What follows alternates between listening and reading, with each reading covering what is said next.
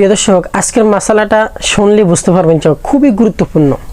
আমার মনে হয় এই মশালা আপনি ইতিপূর্বে কখনোই শোনেননি, কোনো আলেমের মুখে শোনেননি, আমার এটা মনে হয়। কিন্তু শুনলে শুনতে পারেন, এই হাদিসটি কখনো আপনি শোনেননি বা জানেননি।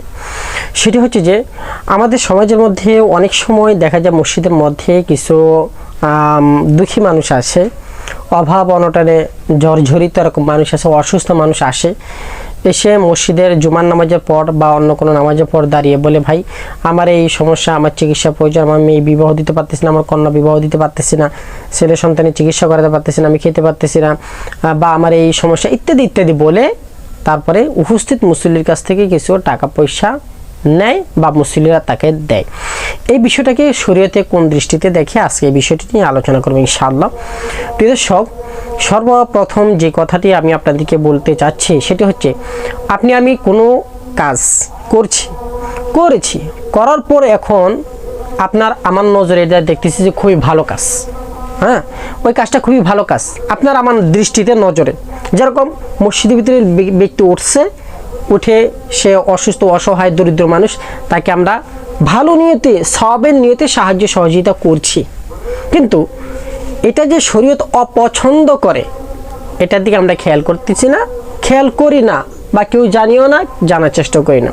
হ্যাঁ, এই বিষয়টাকে আমরা যতই ভালো মনে করি না কেন, শরীয়ত যেটাকে অপছন্দ করেছে, যেটাকে হারাম বলেছে, যেটাকে নাজায়েজ বলেছে, ওটা হাজারো ভালো কাজ হলো ওটা কখনোই ভালো হবে না। একটা মেসাল দিই আপনাকে।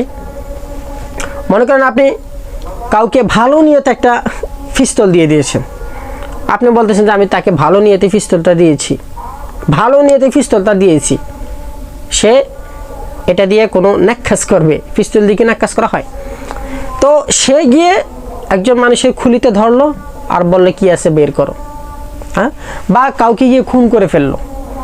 এখন আপনাকে যদি জিজ্ঞাসা করা হয়, মনে করেন কেস কালেকশন হয়ে গেছে, আপনার কাছে আসছে, জিজ্ঞাসা করা হচ্ছে, এখন আপনি যদি বলেন আমি তাকে ভালো নিয়তে দিয়েছি, এই কথাটা কি গ্রহণযোগ্য হবে? অবশ্যই বলবেন না। আপনি কাউকে শরাব মদ এনে দিয়েছেন ভালো নিয়তে, বলেন আমি ভালো নিয়তে এনে দিছি তাকে খাওয়ার জন্য, তাই এই কথাটা কি গ্রহণযোগ্য হবে? অবশ্যই বলবেন না। তো এমনিভাবে আমি যতই ভালো নিয়তে দেই না কেন, শরীয়ত যেটাকে খারাপ বলছে, মদ এটা হারাম, আমি যদি হাজারও বলে এটা ভালো, এটা ভিতরে উপকারিতা আছে, এটা পান করলে এরকম হয়, এই হয়, এটা কখনোই হালাল বা জায়েজ বা পছন্দনীয় কাজ শরীয়তের দৃষ্টিতে হবে না। তো এই বিষয়টাই হুবহুব এরকম। মসজিদের নামাজের পর কেউ উঠে দাঁড়িয়ে বলল যে আমি অসহায়, গরিব, দরিদ্র, ছেলে সন্তান বিপদে খানা ভাতে খেতে পারতেছি না, আমাদেরকে কিছু সাহায্য সহযোগিতা করো। মানুষ আমি যতই ভালো নিয়তে দেই না কেন, এটা হারাম নাজায়েজ কবিরা গুনাহ।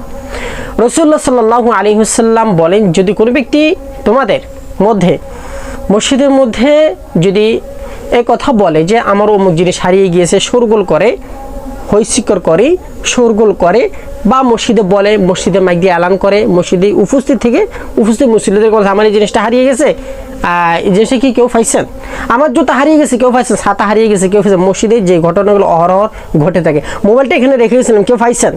মসজিদের মধ্যে এই সময় আলোচনা যে ব্যক্তি করে, তোমরা তাকে দোয়া করবে এবং তাকে বলবে যে আল্লাহ যেন তোর ওই জিনিস জীবনও কখনো না মিলায়। দেখছেন হাদিস কি? রাসূল সাল্লাল্লাহু আলাইহি ওয়াসাল্লাম বলতেছেন যে তোমরা তাকে উল্টো বলবে যে আল্লাহ যেন তোর ওই জিনিস কখনোই না মিলায়, তুই যেন সেই জিনিস পাস না পাস, ওই জিনিস যেন তোর কাছ থেকে চলে গেছে চলে যাক। হ্যাঁ, তো যেহেতু যদিও এই হাদিসটা এবং মসজিদের এই কথাটা, কালেকশনের বিষয়টা, দরিদ্র লোকের বিষয়টা একদম হুবহু মিল খায় না, তবে ফুকাহায়ে কেরামগণ এখানে বলেন যে এটার দ্বারা মূল সারমর্ম কথা হচ্ছে নিজের প্রয়োজনীয় জিনিসের ব্যাপারে সওয়াল জবাব করা, এটাই বোঝানো হয়েছে। আপনি আপনার অসুস্থতার কথা বলেছেন, মানুষ এখানে নামাজ পড়তে আসে, বিরক্ত হচ্ছে, সে কোথাও জরুরি কাজে যাবে, সে তাড়াতাড়ি সুন্নত পড়ে চলে যাবে, সে সেটা করতে পারতেছে না, ইত্যাদি ইত্যাদি সব কিছু মিলে বিষয়টা শরীয়তের দৃষ্টিতে অপছন্দনীয়। তাই ফুকাহায়ে কেরামগণ বলেন যে যদি কোনো ব্যক্তি তাকে 1 টাকা দেয়, 1 দিরহাম দেয়, সে যেন তাকে অতিরিক্ত আর 70 দিরহাম দিয়ে দেয়, যাতে করে ওই যে 1 টাকা দিয়ে যে গুনাহটা করেছে ওই গুনাহটার কাফারা যেন তার হয়ে যায়। ফোকাহে কারামগণ কি বলেছেন, কেউ যদি আমি 1 টাকা দেই, এরকম ব্যক্তিকে, যে ব্যক্তি নামাজের শেষে উঠে দাঁড়ায় চাইছে, তাকে যদি মসজিদের মধ্যে এরকম 1 টাকা দেই, আমি যেন আরও অগ্রিম 70 টাকা বাড়িয়ে দেই, যাতে করে ওই যে 1 টাকা দিয়েছে তার যেই গুণাটা হয়েছে ওই গুণাটার কাফফারা যেন হয়ে যায়, কাফফারা যেন আদায় হয়ে যায়। এই জন্য আরও অতিরিক্ত 70 টাকা কি দিতে বলছে, বাড়িয়ে দিতে বলছে ফোকাহে কেরামগণ। তো মোটামুটি হাদিস এবং ফোকাহে কেরামগণ এর দৃষ্টিভঙ্গি থেকে এটাই বোঝা গেল যে মসজিদের মধ্যে কোনো জিনিস হারিয়ে গিয়েছে, ডাকাতি হয়ে গেছে, চুরি হয়ে গেছে, আমি খেতে পারতেছি না, ছেলের সন্তান বিবাহ দিতে পারতেছি না, ছেলের সন্তান অসুস্থ, চিকিৎসা করাতে পারতেছি না, আমি চিকিৎসা করতে পারতেছি না, ইত্যাদি ইত্যাদি, এই সমস্ত বিষয়গুলো বলে, আর এই টাইপের অন্যান্য বিষয় যা থাকতে পারে ওগুলা বলে মসজিদের মধ্যে টাকা কালেকশন করা বা ওগুলো আলাপ আলোচনা করা, ওগুলো বলা সম্পূর্ণ নাজায়েজ, হারাম, কবিরা গুনাহ। প্রিয় দর্শক, বরাবরের মতো একটা কথা এখনও বলছি, আমার ভুলই আপনাকে সংশোধন করে দেওয়ার সুযোগ করে দেয়।